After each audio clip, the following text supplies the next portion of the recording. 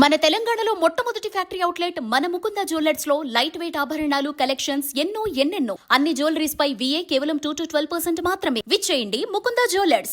ఐబొమ్మ అడ్డంగా బంద్ అయిపోవడంతో మురిసిపోతుంది cine industry. అది మంచిది కూడా. మరి పైరసీపై తెగ పోరాటం చేస్తున్న మేకర్స్ ఇప్పటికైనా టికెట్స్ రేట్స్ ని తగ్గిస్తారా?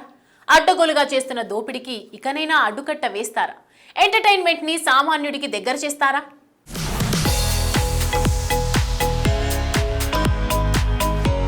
ఐబొమ్మని షట్ డౌన్ చేయడంతో సంబరాల్లో మునిగి తెలుతుంది టాలీవుడ్. తమ బిజినెస్ కి గండి కొడుతుందన్న వెబ్సైట్ క్లోజ్ అయిన ఈ టైంలో ఆ సంబరాలు సహజం కూడా.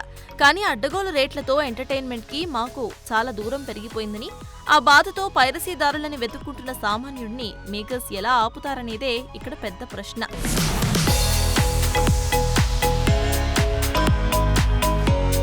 చిన్న సినిమాలని ఎలాగో థియేటర్లో చూసే పరిస్థితి లేదు. దీంతో పెద్ద హీరోల సినిమాలు రిలీజ్ అవుతున్నాయంటే చాలు, బెనిఫిట్ షో పేరిట ఒక్కో టికెట్ రేట్ను ఓ రేంజ్లో పెంచేస్తారు. మరి బెనిఫిట్ షోల పేరుతో వసూలు చేస్తున్న డబ్బులు ఎవరి బెనిఫిట్ కోసం? జనాల అభిమానాన్ని టికెట్ల రూపంలో ఇంతగా దోచుకోవాలా? పైరసీ దోపిడీ అయినప్పుడు ఇది కూడా దోపిడీయే కదా అన్న టాక్ ఇప్పుడు సోషల్ మీడియాలో ట్రెండ్ అయి కూర్చుంది.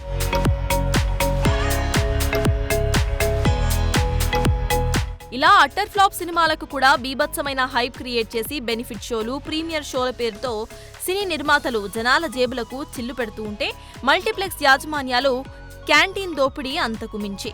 వాటర్ బాటిల్ 200కు అమ్మేస్తారు, కూల్ డ్రింక్స్ 300 అంటారు, పాప్కార్న్ కాంబో 400 అంటారు. ఒక్కోసారి టికెట్ రేట్ కన్నా పాప్కార్న్ ధరలే ఎక్కువగా ఉంటాయి. అటు టికెట్ రేట్ల పెంపు, ఇటు క్యాంటీన్ ధరల వాయింపుతో మధ్యలో దోపిడీకి గురవుతుంది సగటు ప్రేక్షకుడే.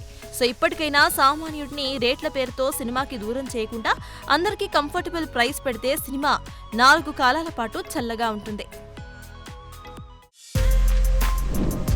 For more videos like this, subscribe Big TV channel.